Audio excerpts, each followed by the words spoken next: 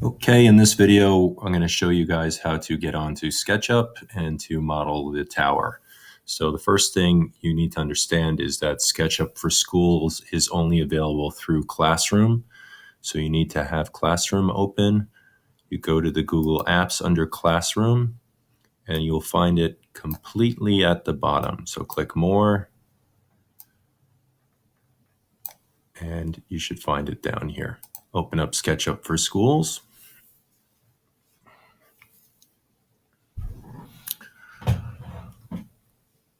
Okay. So when you open it up, if you haven't saved something, it will probably give you a reminder to, if you want to open up what you were previously working on. If not, make sure that you first set up your first screen. And the first thing you need to do is, if you are not on this home screen, and I click on New Model, it'll ask me for a new model from a template. Okay, since we're building in feet and inches, you want to use the feet and inches template. Okay, in order to check that, or if you don't want to go that route, you come down here to the right-hand side under Model Info, click on that. And here there are some other settings that will help you with your modeling. You can set the unit lengths to the format you want. So here we have selected a slash, so 1/2 is indicated in this way rather than a metric inch. And then also your precision is dependent on the size of your workpiece.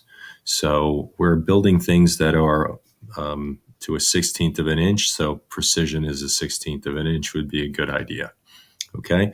The other thing you can do is have your automatic line snapping. So it will snap to an interval of a 1/16 of an inch, which is also a good choice on your model here.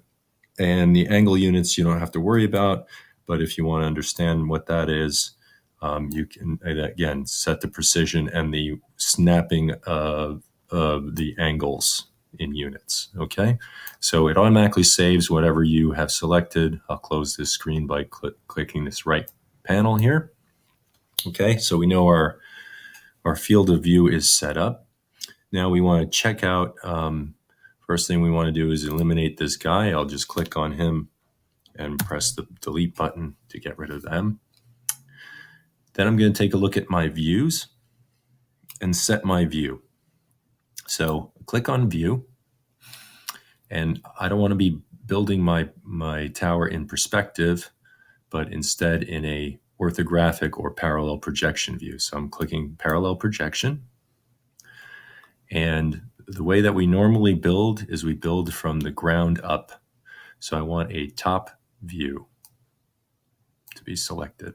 So now I have a top view selected. I'm on parallel projection, and you'll notice your blue axis has disappeared, and you only have your red and green axis here.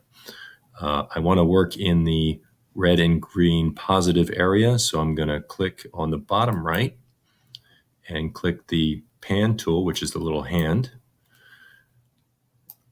and click and drag my cursor to the bottom left so that the green and red axis are fully in my screen. Okay, the important thing to remember about SketchUp is that your cursor will turn into whatever tool you are using. So whatever you're trying to do, make sure you always click and change your cursor back to something. The select tool is usually the default. Okay, so I'm looking at my tower from a sky view going down. And in the next video, I'll show you how to build your piece.